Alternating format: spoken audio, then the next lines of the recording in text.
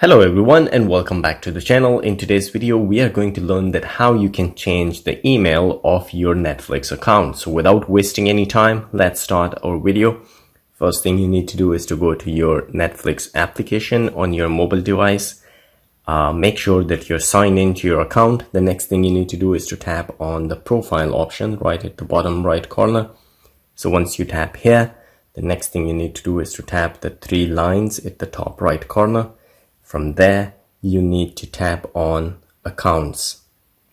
So once you tap on account, here you will find change email. So you need to tap on change email.